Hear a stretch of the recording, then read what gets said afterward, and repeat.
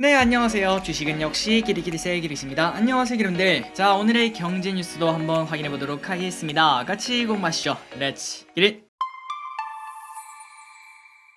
첫 번째 뉴스를 보도록 하겠습니다. 처기리씨 그렇게 깊게 본 내용은 아니었지만 현 정부의 공약 중 하나가 지금 군인들의 월급을 200만원을 주겠다. 이게 아마 공약 중 하나였을 겁니다. 그런데 그게 조금은 반토막이 났다고 하네요. 한번 보도록 하겠습니다. 내년 병장 월급 100만원, 윤 대통령 공약 절반 수준. 내년도 병사 월급 병장이 100만원대로 상승을 한다는 소식입니다. 전 정부에서 마련한 기존 국방 중기계획 72만 6천원보다 약 30만원 인상이 되긴 하지만 취임 즉시 이병부터 봉급 200만원을 보장하겠다, 이러한 대통령 공약에는 절반에도 못 미치는 금액이라고 합니다. 그런데 어떻게 보면 조금은 달성을 했다고 한데요. 한번 그 내용을 보도록 할게요. 세부 계획에 따르면 병장 월급은 23년에는 100만원, 그리고 24년에는 125만원, 25년부터는 150만원으로 유지를 한다고 합니다. 그러니까 한 번에 올린 게 아니라 그냥 슬금슬금 올린다는 걸 확인할 수 있고, 그런데 아직까지도 한의길이 150이면은 공약인 200만원 여기에도 채 안 되잖아. 그런데 그거를 조금은 다른 방식으로 채워준다고 합니다. 그게 뭔가 봤더니 자산 형성 프로그램 이런 게 있다고 하는데, 뭐 예를 들면은 군인들이 들어서 적금을 넣으면은 정부에서 돈을 조금 더 추가를 해준다고 볼 수 있겠죠. 여기에 소요되는 정부 지원금이 현재 월 14만 1천원이 들어가는데 23년에는 30만원, 24년에는 40만원, 그리고 25년에는 55만원으로 책정이 된다고 합니다. 그래서 결국은 25년 기준 월급 150만원에 지원금 55만원 넣으면은 매달 205만원을 손에 쥘 수 있다고 한대요. 물론 지금 봤을 때 당장 내 손에 들어오는 그러한 금액이 200만원은 아니지만 어쨌든 25년 기준 한번 전체적으로 계산하자면은 205만원을 받는 거와 같다고 볼 수 있다고 합니다. 그리고 플러스 현 정부가 이렇게 자산 형성 프로그램을 사용해서 205만원을 전액 월급으로 주지 않은 이유는 간부들과의 봉급 역전 현상, 이거를 의식한 측면이 크다고 합니다. 말 그대로 병장이 하사보다 조금 더 많이 받으면은 뭔가 좀 상황이 이상하지 않나, 이런 생각해 볼 수 있을 것 같습니다. 어쨌든 군인 월급이 내년부터 조금 큰 폭으로 오른다는 걸 우리가 이렇게 확인할 수 있고, 참고로 저 기릿은 병장 때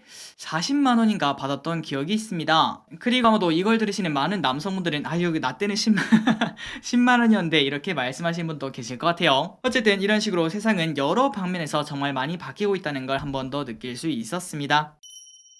다음입니다. 주간 증시 전망 한번 보도록 하겠습니다. 불확실성 속, 변동성 장세 지속, 저가 매수 전략은 유효. 지난주 코스피가 반발 매수세 유입으로 2600을 가까스로 지켜냈지만 이번 주도 불확실성이 여전해 변동성 장세가 이어질 전망이라고 합니다. 다만 미국 연준의 긴축 강화, 중국의 도시봉쇄 장기화, 가상자산 시장의 불확실성 등 하방 압력 속에서 국내 증시가 하방 지지선을 보인 만큼 추가 급락은 없을 전망이라고 합니다. NH투자증권연구원은 이렇게 말했습니다. 코스피의 퍼는 9.5배로 과거 장기 평균치 10.1배를 하회하고 있다며 관심 업종으로는 2차전지, 자동차, 에너지, 유통, 의류, 항공, 엔터 등을 꼽을 수 있다고 합니다. 그리고 문남중 대신증권연구원은 오늘 17일 발표될 미국의 4월 소매 판매가 높은 물가에 대한 우려 대비 소비 위축 강도가 크지 않다고 해석된다면 위축된 투자 심리를 완화시키는 역할을 해줄 것으로 본다고 합니다. 당장 내일이라고 볼 수 있겠죠. 내일 나오는 미국의 4월 소매 판매를 조금 관심있게 봐야 될 것 같습니다. 그리고 이외에 중국의 4월 산업 생산과 소매 판매도 오는 16일 오늘 발표될 예정인데 어떤 결과가 있었는지 한번 또 봐야 된다고 하네요. 그렇다면 오늘 발표된 중국의 결과가 어떻게 나왔는지 보도록 하겠습니다. 제목 4월 경제지표 충격에 상하이 항생 하락 전환. 자, 일단 제목을 봐도 조금은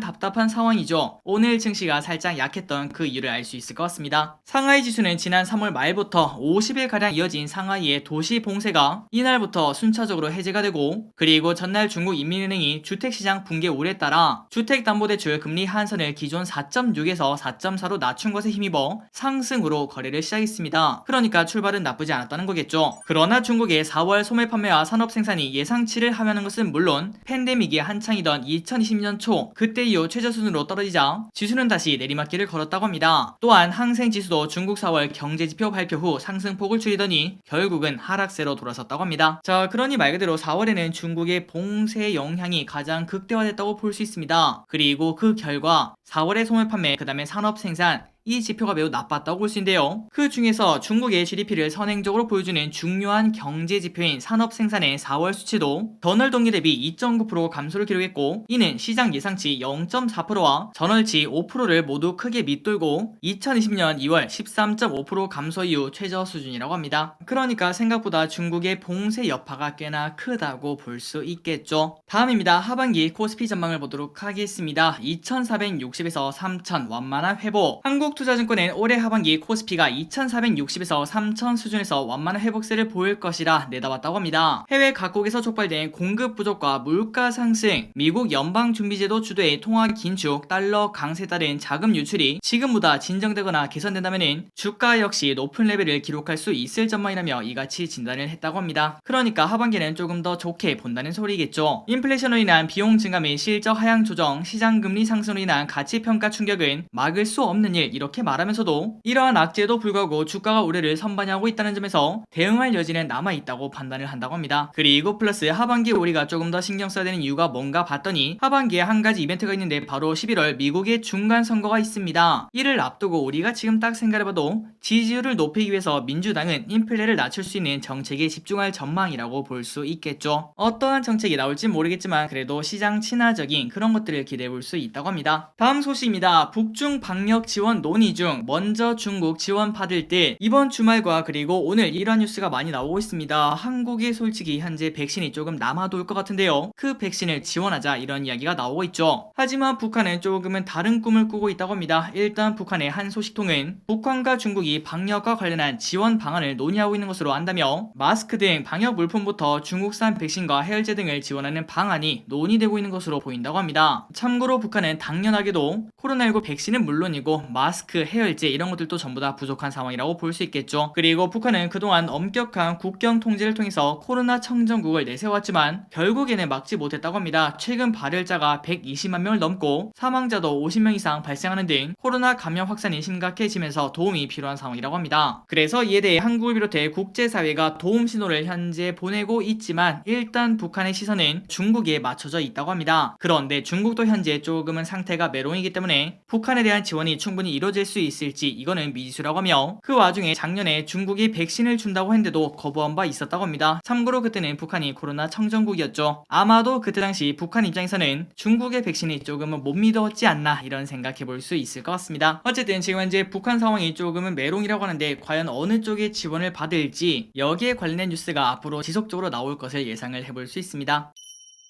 다음입니다. 외인 비중 금융위기 이후 최저까지 내려갔다고 합니다. 국내 주식시장에서 외국인의 이탈 현상이 가속화하는 가운데 증시에서 차지하는 비중도 지난 2009년 글로벌 금융위기 이후 최저 수준까지 떨어졌다고 합니다. 외국인은 지난달에만 상장 주식 5조 원을 순매도했다고 한데요. 코스피에서 5조, 코스닥에서는 1,300억을 팔아치웠다고 합니다. 그리고 올해 1월에는 1조 6천억, 2월에는 2조 5천억, 3월에는 4조 8천억에 이어 넉 달째 순매도를 지속적으로 하는 걸 볼 수 있고, 그리고 금액도 갈수록 커지고 있죠. 하지만 그 와중에 이 정도면은 팔 만큼 팔았다 이런 생각도 충분히 해볼 수 있다고 합니다. 글로벌 금융위기가 끝나면서 외국인의 국내 상장 주식 보유 비중은 줄곧 30% 안팎을 유지를 했다고 합니다. 그리고 그 와중에 17년 10월에는 33.9%까지 치솟은 바 있다고 하는데요. 하지만 코로나가 터졌죠. 그때 20년 2월부터 개인 투자 비중이 빠르게 늘면서 외국인들은 지속적으로 슬금슬금 매도를 했고, 그리고 지난해 10월부터 외국인의 셀코리아가 본격화되었다고 합니다. 그래서 결국은 26%대로 외국인 비중이 급감을 했다고 하는데, 하지만 우리가 이걸 바탕으로 이렇게 생각을 해볼 수 있겠죠. 평균적으로 외국인이 30% 안팎을 유지했으니까 결국은 이거를 다시 채울 것이다. 그리고 지금 많이 비우면 많이 비울수록 결국 나중에는 또다시 크게 채우지 않겠나, 충분히 긍정적으로 생각해볼 수 있는 지표 아니겠는가 이렇게 볼 수도 있겠죠. 그리고 그렇다면은 지금 이제 외국인이 돌아오려면은 결국은 환율이 문제라고 볼 수 있는데, 환율마저 지금 현재 고점 그리고 오버슈팅을 하고 있기 때문에 충분히 지금부터는 기대를 조금은 해볼 수 있을 것 같습니다. 다음입니다. 오늘 상장한 주식이 있습니다. 그건 바로 대명에너지. 그런데 조금 아쉽게도 공모가를 밑돈다는 소식입니다. 대명에너지가 코스닥 상장 첫날인 오늘 공모가를 현재 밑돌고 있습니다. 참고로 대명에너지는 장 초반에는 3% 높은 15,450원에 시초가를 형성해서 조금은 먹을 수 있었다고 볼 수 있는데, 그런데 450원은 그렇게 크지 않다고 볼 수 있겠죠. 그런데 그런데 그다음부터는 쭉 흘러내려 지금 현재는 공모가를 밑돌고 있다고 합니다. 그리고 대명에너지는 풍력, 태양광 등 신재생에너지 분야에서 사업 개발과 설계, 조달, 시공, EPC 운영 및 운영 관리 등을 하고 있는 기업이라고 합니다. 앞서 3월 대명에너지는 코스닥 상장을 목표한 바 있으나 부진한 수요 측으로 공모를 한번 처리를 했었는데 이번에 한 번 더 다시 도전했다고 볼 수 있겠죠. 그런데 그럼에도 불구하고 흥행 실패를 결국 또 기록해 이달 초 진행한 기관 수요 측은 공모가 희망금이 15,000에서 18,000원 여기서 하단으로 확정이 되었다고 합니다. 최근 들어 장이 안 좋다 보니까 이렇게 경쟁률이 나쁜 기업은 전혀 살아남기가 어려울 것 같습니다. 그러니 말 그대로 공모주에 이제 겨울이 왔다 이런 생각해 볼 수 있겠죠. 하지만 그 와중에도 보석 같은 애들이 또 나올 테니까 지속적으로 저기를 쓴 공모주 공부를 한 다음에 기름들께 또 공유를 해드리도록 하겠습니다. 다음입니다. 리오프닝이 계속 본격화되고 있다는 소식입니다. 극장 찾는 관계 확 늘었다. 웃고 있는 CGV 주가 반등하나 코로나19로 인한 사회적 거리두기 조치가 끝나면서 극장을 찾는 관객들이 증가하고 있습니다. 1분기 이미 박스오피스가 52% 증가했고 2분기 실적은 훨씬 좋아질 것으로 기대가 되면서 CJ, CGV 등 관련주 가치도 반등할 전망이라고 합니다. 1분기 전국 관객수는 12,000만 명으로 전년 대비 44% 늘었으며 게다가 극장하면은 이거를 빼놓을 수 없을 것 같은데요. 바로 팝콘. 1분기 CGV SPP 인당 팝콘 매출은 1,700원 수준이었지만 그러나 극장에서 팝콘을 먹을 수 있는 그 이후로부터는 3,200원에서 3,500원 수준을 현재 기록하고 있다고 합니다. 그러니까 2배나 뛰었다는 소리겠죠. 또한 최근에 닥터 스트레인지 2가 개봉했고 그리고 범죄도시 2와 마녀 2 등 기대작들이 대기 중이라는 거 이것도 호재 중 하나라고 합니다. 다음입니다. 우크라이나 인도 밀 수출 중단, 라면빵 등 식품 물가 비상. 오늘 가장 핫한 뉴스 중 하나로 볼 수 있겠죠. 러시아 우크라이나 전쟁 장기와 인도네시아의 팜유 수출 금지에 이어 인도까지 자국 식량 보호에 나서면서 국제 곡물 가격 상승 압력이 더 커질 것이라는 전망이 나온다고 합니다. 참고로 우리나라에서 인도가 차지하는 비중은 그렇게 크지는 않지만 세계 곡물 가격이 당연히 상승할 거기 때문에 국내 밥상 물가 오름세가 더 가팔라질 수 있다 이러한 우려가 나온다고 합니다. 그러니까 일단 지금 봤을 때 직접적인 영향은 크지 않는다고 한데요. 그 이유가 뭔가 봤더니 인도는 유럽연합과 중국에 이어서 세계 3위 밀 생산국으로 엄청나게 많이 생산을 하는데 수출량은 그렇게 크지 않다고 합니다. 전 세계 수출량의 4% 수준. 자, 그렇다면 이렇게 많이 생산하는 그 밀 다 어디 가는가 봤더니 바로 자국민들이 다 먹어치운다고 볼 수 있겠죠. 물론 최근 들어 슬금슬금 늘어나는 그런 흐름이 나타나긴 했지만 아직까지도 전 세계 수출량이 그렇게 크지는 않다고 합니다. 그렇기 때문에 직접적인 영향은 크지 않다는 걸 확인할 수 있고 게다가 현재 국내 업계는 제분용 밀 같은 경우는 계약 물량을 포함하면 10월 말까지 그리고 사료용 밀은 내년 1월까지 사용 물량을 이미 보유 중인 것으로 조사가 되었다고 합니다. 그런데 만약에 이러한 흐름이 계속 이어진다면 올해까지는 어떻게 버티겠지만 내년부터는 물가 상승이 조금 가팔라질 수 있다 이 생각 당연히 해볼 수 있겠죠. 일단 지금 봤을 때는 이러한 에그플레이션이 쉽사리 잡힐 것 같지는 않다 이런 생각을 해볼 수 있습니다.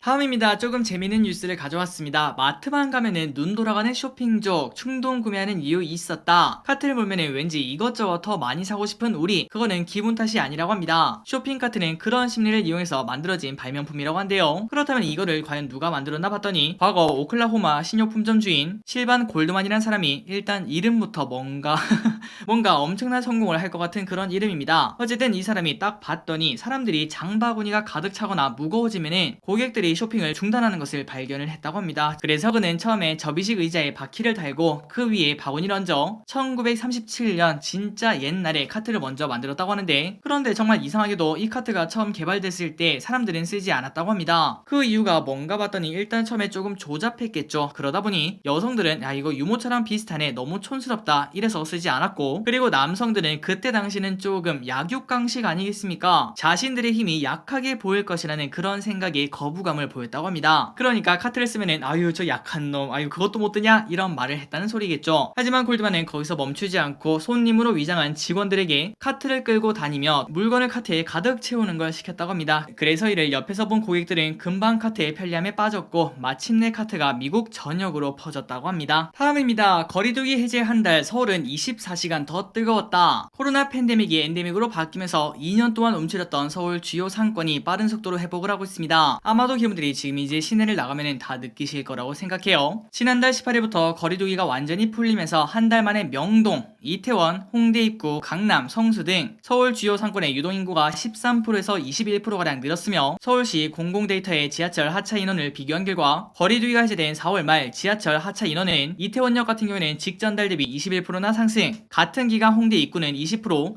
명동역도 16%나 상승을 했다고 합니다. 그러니 말 그대로 엔데믹 이제 진짜 시작을 했다는 소리겠죠. 게다가 이러한 거리두기 해제와 엔데믹 기대감으로 백화점은 2분기에도 성장을 이어갈 전망이라고 합니다. 특히 오프라인 소비 회복이 가파르게 진행되면서 코로나19 기간 매출 부진을 겪었던 패션과 스포츠, 화장품 카테고리에 높은 성장이 기대가 된다고 합니다. 그래서 한 두세 달 남았다고 볼 수 있겠죠. 2분기 실적이 발표되는 그 시점, 엔데믹에 관련되고 그 다음에 이러한 소비에 관련된 기업들이 실적 서프라이즈를 내는 기업들이 당연히 존재한다는 걸 우리가 생각해 볼 수 있습니다. 그렇다면 우리는 당연히 여기에 관련된 기업들, 진짜 실적이 찍히는 기업들은 당연히 우리가 공부를 해봐야 될 것 같습니다.